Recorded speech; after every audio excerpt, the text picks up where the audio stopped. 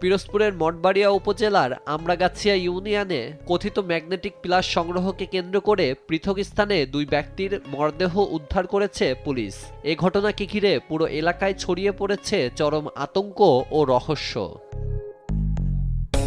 ৩০ মে আমরাগাছিয়া ইউনিয়নের ৪ নম্বর ওয়ার্ডের বাসিন্দা মৃত নূর মোহাম্মদের পুত্র আব্দুর রশিদ গভীর রাতে কথিত ম্যাগনেটিক প্লাস সংগ্রহের উদ্দেশ্যে বাড়ি থেকে বের হন বলে জানিয়েছে স্থানীয় সূত্র।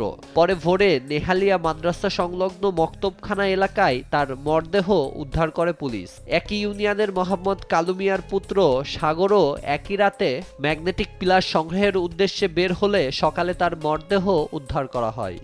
আমার পাশে ফোন করছে মতো এইবার নামছে মুই বুঝি কি হাজাবাই আজ আইবি না মুই কই বুঝি এই হাজাবাই আগুই আনতে গেছে যখন ফোন করছে তারপর আর দেখি ঘরে আর যাইতে মুই আর বাইরে ওই বাথরুম টুম বিশেষ করতে বাথরুমে গেলে আর ঘর কি ইসুফের কয় কি ইসুফ এই রুমে তো বাইরে দেই না।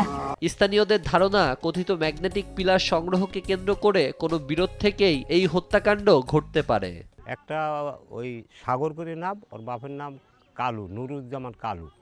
আর একটা হইলো আব্দুর রশিদ, বাপের নাম নুরুল হক, এর ছেলে। তাই এই খবর পাইয়ে আমরা সে বাড়িতে গেলাম, যাইয়ে দেখলাম যে ওরে ঘরের ভিতর নিয়ে শোয়াই রাখছে। রাত্র ৩ ঘটিকার সময় যা শুনলাম লোকজনের কাছে, ৩ ঘটিকার সময় কতিপয় দুষ্কৃত লোক মারিয়ে ওখানে ফালাই থুই আসছে। সকালে আইসি আইয়ে দেখি যে ওই বারান্দা একটা লোক মারা রইয়া পড়িয়ে রয়েছে।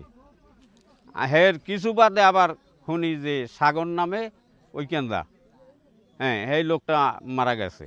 রাতারাতি ধনী হওয়ার স্বপ্ন নাকি পূর্ব পরিকল্পিত হত্যাকাণ্ড, দুই প্রাণহানির এই রহস্য ঘিরে এখন নানা প্রশ্ন স্থানীয়দের মনে। তদন্তের পরই প্রকৃত কারণ জানা যাবে, এমনটাই আশা এলাকাবাসীর। বিষয়টি তদন্তাধীন আছে যে কিভাবে এই ঘটনাগুলো ঘটছে সেই বিষয়ে মঠবাড়িয়া থানা পুলিশ অলরেডি তাদের কার্যক্রম গ্রহণ করেছে এবং পরবর্তী যে কোনো ব্যবস্থা সম্পর্কে এবং তদন্ত পরবর্তী যে ব্যবস্থা গ্রহণ করা হবে এবং এটার সাথে আসলে কি ঘটনাটা জড়িত, কেন এই ঘটনাগুলো ঘটছে সে বিষয় সম্পর্কে আমরা পরবর্তী জানাইতে পারবো। নিউজ ডেস্ক, দেশ টিভি।